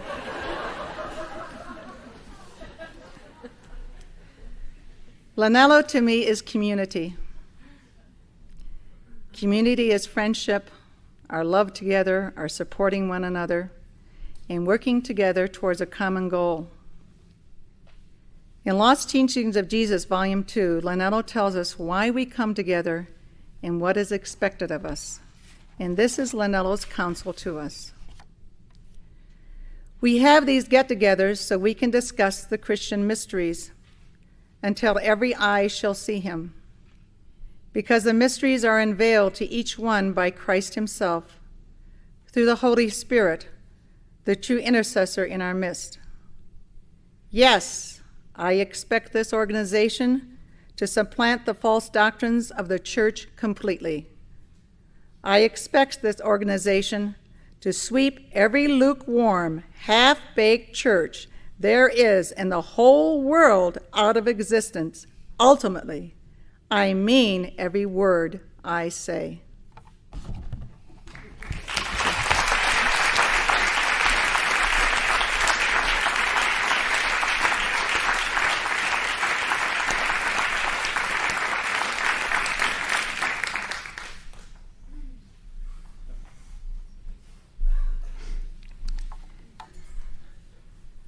My name is Lars Johansson, and I've been a student of the teachings of the Testimonios since 1976. And presently I'm working in the shipping department here at LRY over in Livingston. I had not the privilege to meet Lanello in physical incarnation. However, I would like to share with you 3 experiences which I had with Lanello in this life. My first real contact with Lanello happened when I was present for the first live dictation, which was by Lanello. And this was in 1977, Christmas Eve dictation. This was also the first dictation ever at Camelot. I was a part of the team that had to move all the chairs from our sanctuary in Pasadena over to Camelot. And I was really eager to hear this first live dictation because in those days we didn't have any videos, so I didn't know how dictation was happening. And to be honest with you, I did have some doubts regarding the Ascended Masters and the messengers. And halfway to his wonderful, beautiful dictation, I was sitting somewhere mid-section. I felt this wonderful presence, almost like a garment of light, come upon me. And this presence stayed with me throughout the whole dictation, and even those hours after the dictation, when I was together with some other staff members taking down all the chairs, putting them up on the truck, and loading them and bringing them back to Pasadena, and putting them up again in the sanctuary in Pasadena. And when all was done, it was 4 o'clock in the morning. And the next morning, it was Jesus Christ Christmas Day address. It started at 9 o'clock. And I really wondered in what shape I would be when I was going to attend this service. So what happened was that I made a last prayer to Lanello to be taken to his retreat. I fell asleep. And to my amazement, 4 hours later, I woke up. And I had had a most wonderful sleep ever in my whole life. And I actually saw light when I woke up and felt this light in my physical body. And I knew that this was like a present from Lanello to me. And what I really felt when I woke up that day was that I was really at home for the first time in my life.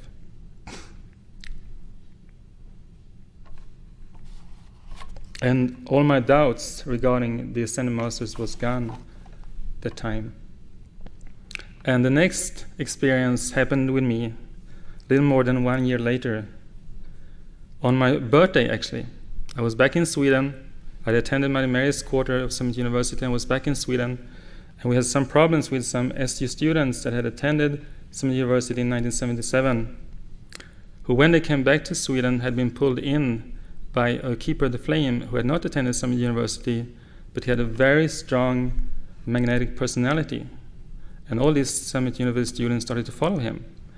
And he was almost like a self-styled guru who was usurping the office of the messenger and was teaching the students to practice the teachings in a different way. And these SU students, they knew better, but they were somehow so caught up in this magnetism that I thought it was the right way. And I was especially concerned of a friend of mine who was a part of this group because he had become this self-styled guru's right hand. And I saw that if I could only make him see, then everybody else would follow. So there I was all alone on my birthday because I had to separate myself out of these people. And I didn't know what to do, actually, until I realized the only thing I really can do is to do my decrees. And this day, I made intense call to Lanello. It was like my birthday call to Lanello, as he has asked us to give for other people, that he should somehow awake these people, these SG students, so that they might go back on the right path. And I fell asleep, and during this night, I had the most vivid retreat experience I've ever had. I was seeing myself walking behind Mother and Lanello into a room. And in this room, this friend of mine was sitting on a chair. And as soon as we closed the door behind us, Lanello walked up to this friend of mine and started to preach to him in a very stern and loving voice. And I don't remember exactly what he said, but the essence was that he had already been given the teachings, he attended Summit University, he should know better, and he should come back to the right path. And this experience was so vivid to me. And as soon as Lanello was finished, Mother also gave him some teaching, and as everybody was done, we walked out of the room, and I woke up. And this experience was so vivid, so real to me, that I for sure thought that my friend had the same experience. So as soon as I could, I called him up the next morning and told him of my experience. And he told me that, well, I think you must be psychic. And then I realized that I had to leave him alone because he had made his choice. And I had to actually respect his free will and just move on. And a few weeks later, what happened was that some of these other SC students actually turned around and joined this other group, smaller group, which we had started. It took a little bit longer time for my friend, but finally he also turned around and is now presently living here in Montana. So by the grace of God, this happened. And this really showed me what was so amazing to this was that it was such a quick answer to my call. Within 6 hours, I had this vivid, clear experience of Lanello and Mother talking to this person. And what I also realized that was the best birthday present I ever could have, because I realized that I, in Lanello, actually had a real friend in heaven. So the call compels the answer, and if you have any problems, you should really call to Lanello, because he will answer every call you give. The last thing I would like to tell you about is my opportunity to attend Summit University. This happened in 1981 when I attended Lanello's quarter of Summit University. And during this quarter, Mother really made Lanello real to me. She came in and gave a lot of teachings on Mark's previous embodiments. And one could really sense the presence of Lanello in the room, even when she was not present there. And I urge everybody throughout the world who have not attended Summit University to come to Summit University this summer, to feel the presence of Lanello, to bask in his presence, and to be transformed by his presence. There are a few things that really touched me during Summit University. One thing was that Mark had an extraordinary love, a deep desire and deep sincere love for each individual. I was especially moved by the story which Mother told us about Mark traveling hundreds of miles just to speak to one single individual. I believe that he was traveling from Colorado Springs to Los Angeles to speak to one soul who was about to leave the teachings. To me, this showed that Mark, he put supreme value on every single individual. He extended his time, his heart, just to travel to this person. And I feel that he was such a great example for us that we should all try to be like him in our own teaching centers, in our own study groups throughout the world and America. To care for one another, to care for new people, and to even care for long-standing keepers of the flame. Perhaps it's time for us to do our people-to-people journey, to contact those souls of light that are already in the teachings. The other thing which I also experienced during Lanello's quarter was that I realized how hard both messengers, both Lanello and Mother, has worked throughout the ages to spread the teachings, the true teachings of the Christ. And I tell you, one and all throughout the world, that if you have the slightest desire and slightest understanding of the value of these teachings, and the slightest desire to assist Lanello and Mother to spread these teachings of the Christ, to assist him in contacting those 10,000 souls of light, you should come to Summit University this summer. And if you don't know how you can make it to Summit University, I will tell you how I made it to Summit University. I didn't know myself how I would make it to Lanello's quarter. So I put in my application early, very early. And I worked as hard as I could myself, and then finally I didn't know how to do any more. And a great miracle happened to me just 2 weeks before I attended Summit University. I was missing about $800. And exactly that same amount was given to me, so I could go to Summit University. So I urge you, one and all, to put in your applications today and let Lanello work his alchemy. Thank you.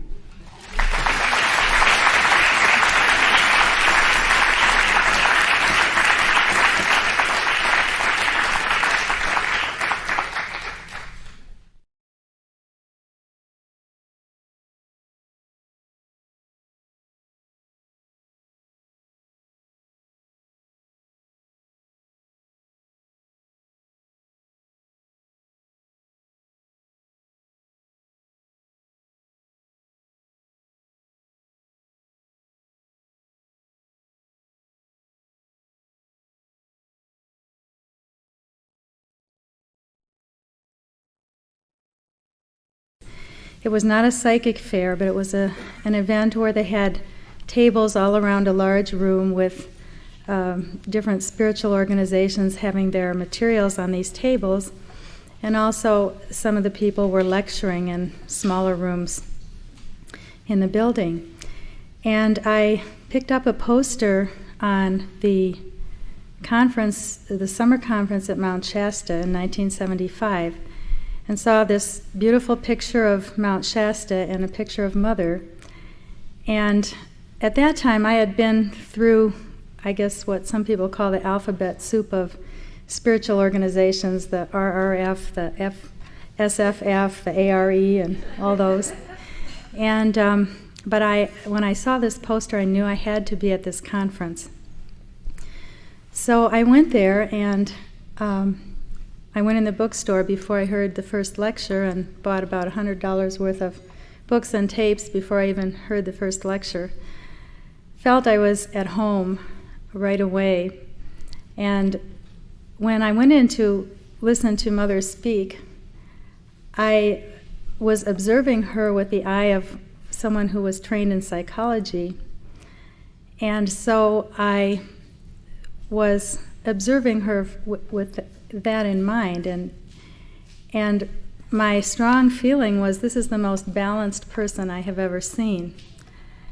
And I felt so much that I had come home, and afterwards Mother shook hands with everyone at the conference. She sat in a chair outside the big tent and shook hands with everyone. And when I came to shake hands with her, I said, I feel like I'm coming home. I suppose you hear that a lot. And she said, yes, but it's always nice to hear. And later I had a couple of experiences of other people who were not in the teachings observing Mother or her picture and confirming that first impression that I had had. One woman, it was at a New Age conference where I had gone to mingle with people and talk about the teachings. She looked at Mother's picture in the Summit Lighthouse brochure and said, why, she has no karma. She's completely clear. And this was before it had been announced that Mother had balanced 100% of her karma. Another time, I took an older woman who had been one of my childhood mentors, the director of a very special camp that I had attended. I took her to a stump lecture that Mother gave in Chicago.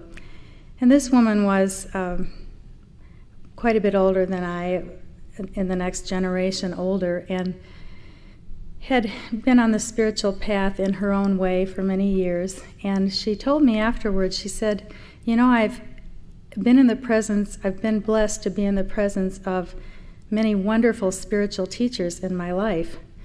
But she said there was always one thing that they had, and that was they had a human ego. And she said, in Elizabeth, I see no human ego. And so she noticed that right away. My experience with Lanello, I want to share with you, happened at Summit University in spring of '79 during Maitreya's quarter. I was very, very tired one evening. I had been up several nights in a row, much too late, and it was this kind of deep tiredness that I knew that for me, no amount of coffee or supplements or anything else would help. And I had quite a bit of work to do that night. I had to write a paper and do some studying.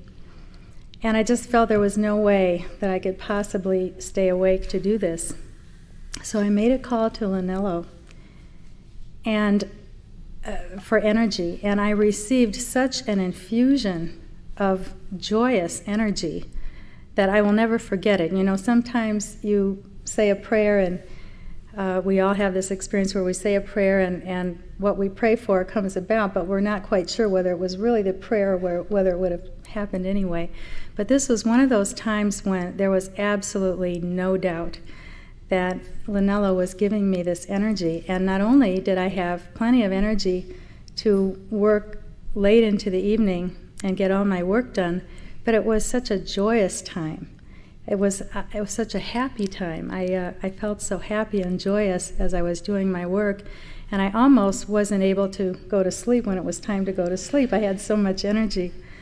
So ever since then, I always call to Lanello when I need extra energy, and he always comes through. And the other thing I always call to him for is to find me the perfect car that I need at any given time. And he always does very well with that, too. So I imagine the masters probably chuckle over how we call to certain ones for certain things when any one of them could do everything for us.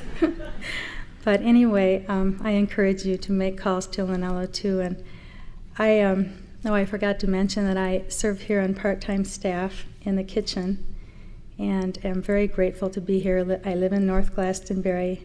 It's a great blessing to be here in this community. Thank you. Thank you, Mother.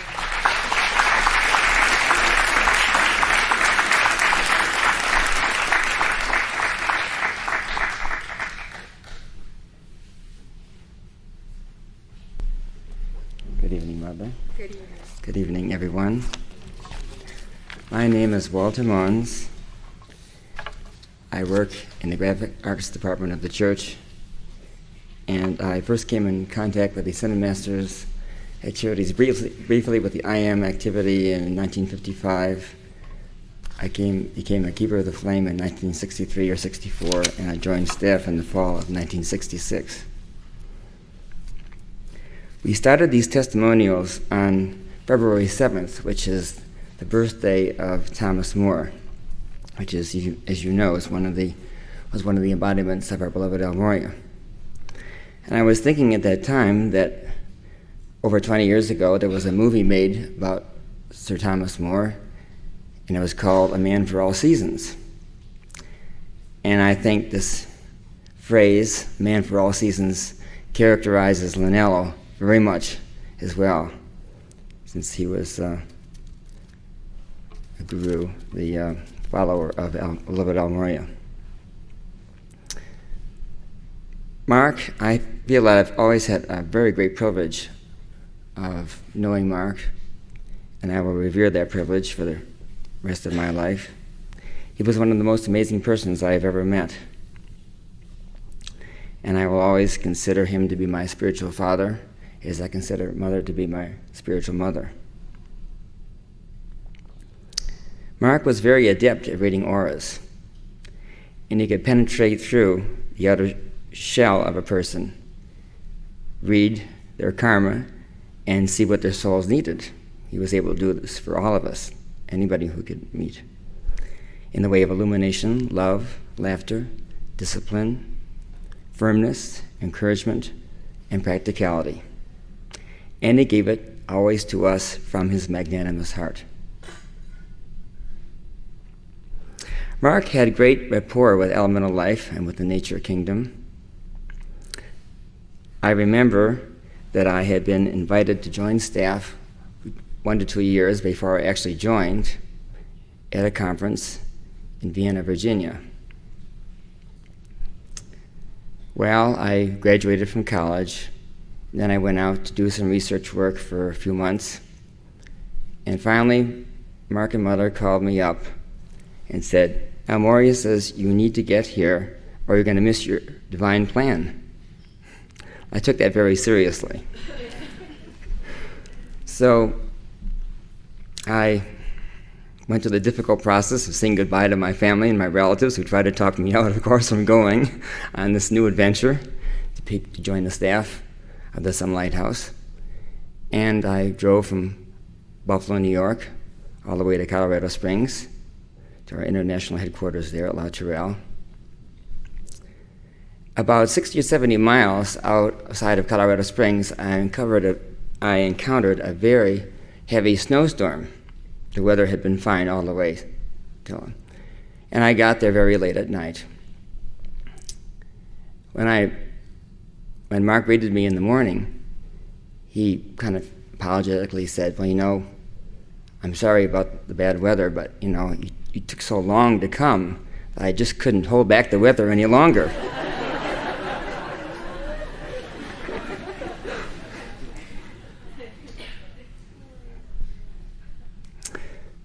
As As you know, Mother has told us that Mark, as a teenager, had all 9 gifts of the Holy Spirit, and I truly believe this.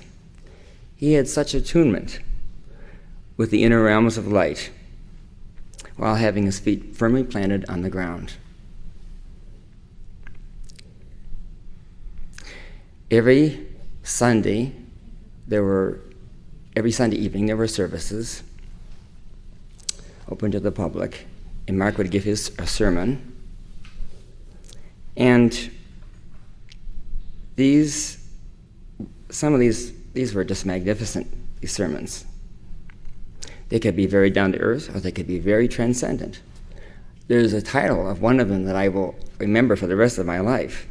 And the title of the sermon was The Microcosm, the Macrocosm, and the Macrocosm. I don't remember much about the sermon, but I do remember that it was very transcendent. It took us in a cosmic tour up into higher realms, higher octaves, out into the cosmos, and back again. It was indeed magnificent. And it must have been a dictation from his I Am Presence and Causal Body. That's the way I feel about it anyway. When I left home, or when I was planning to leave home, my father was very disappointed that I would do such thing as join a church staff, especially a church that was, unknown. He expected me to be like other people, like his family, to have a career, get married, raise a family, and do all the things that all my relatives did. So, one summer, he came by on his vacation,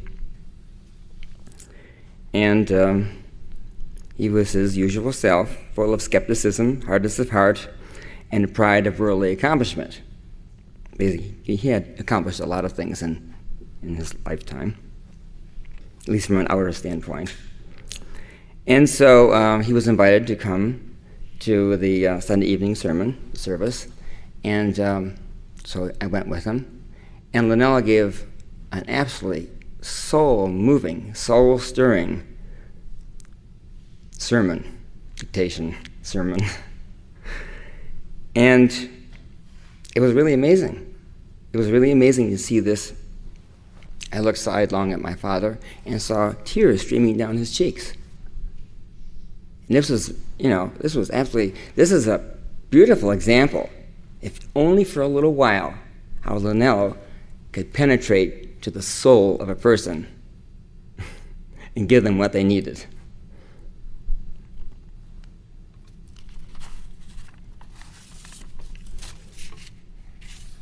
We call Lanello our ever-present guru. And indeed, as Mark, he was always there when you needed him. I remember at La Tourelle when Mother gave me an assignment to mount a light fixture in an upstairs room.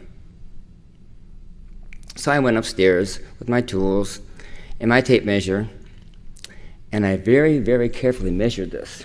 This light fixture was going to go right on the wall, and I took my tape measure and I measured here and I measured there and I measured there and I measured there, and said, this is going to exactly be right there. And then I marked the holes where I was going to drill the holes in the wall to mount the light fixture. And I probably spent a half an hour doing these measurements and getting this thing all set up. So I drilled a hole in there, in the wall. I said, oh no. I had drilled a hole right to one of the air lines all the air lines come from the central compressor down in the basement, and they go to all the thermostats in every room in the house. And I said, I couldn't have done it more perfectly, but I did. Well, only 10 or 15 seconds passed by, and in walks Mark. I told him what I had done. Without hesitation, he said, Master Moria wants you to do this. You get some epoxy steel, then get some styrofoam and powder it. You mix the powdered styrofoam with the epoxy steel, and you put it in the hole and plug up the pipe. I did it, and of course it worked. I was very impressed. That was one of my encounters with Al Moria and Mark.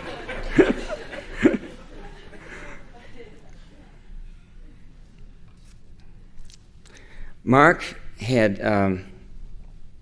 he had a Buddha consciousness and a Christ consciousness, and he also had the ability to use universal or cosmic energies, which are sometimes called fohat.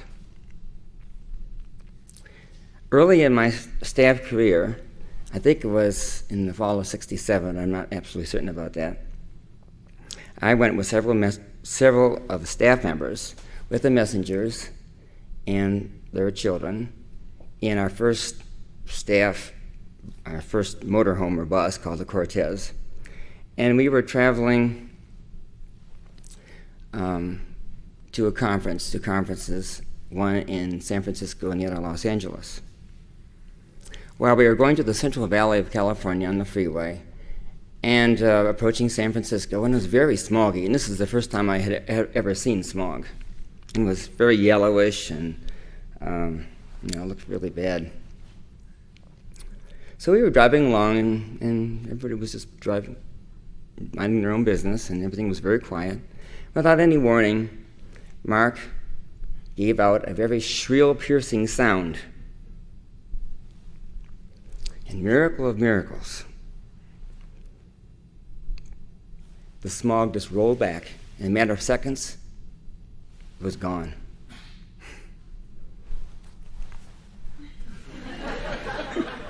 Nobody said anything, but I certainly remember that to this day.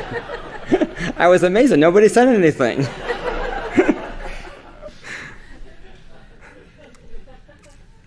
But I just took that in my heart and remembered it. I would like to relate what is to me a very great personal miracle in my life. It was in the early '60s, and I was in college having a very difficult time. I didn't know why I was in college, and I didn't know what I wanted to do with my life. I didn't have the faintest idea what I wanted to do with my life. And I was very discouraged, very depressed, full of anxiety. I just didn't know what to do. About a year earlier, my mother to a mutual friend of ours, had come in to the teachings of the Summit Lighthouse, and she had been quietly giving her decrees. So one day, I had a great feeling of despair. I saw her decree book, and I said, well, I know it. It can't hurt me to try it.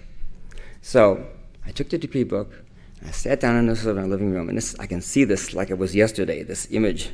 I mean, it's so photographic. And no sooner had I started decreeing than waves, flood tide of light energy, of spiritual energy descended. And what's just as amazing is that I did this day after day whenever I could, week after week, month after month, and it was just a cascade of light energy. It was absolutely amazing. Well, needless to say, this turned around my life very fast. I started getting good grades. I graduated from college. And after a brief, as you've already heard me recount, after a brief work experience, I came and joined the staff of the Summit Lighthouse.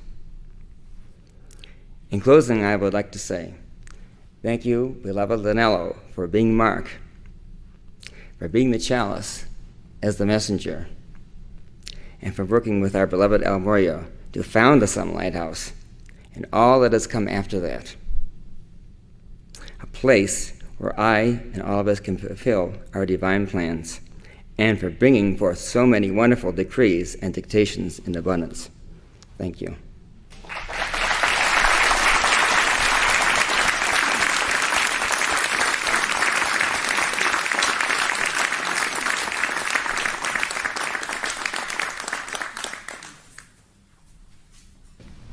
Thank you, everyone. It was really wonderful to hear from you. Thank you very much. Let's claim the mantle. I claim the mantle of the Ascended Master Lanello. I claim the mantle of the Ascended Master Lanello. I claim the mantle of the Ascended Master Lanello. Thank you. Have a great week, and get to morning decrees. With Lanello.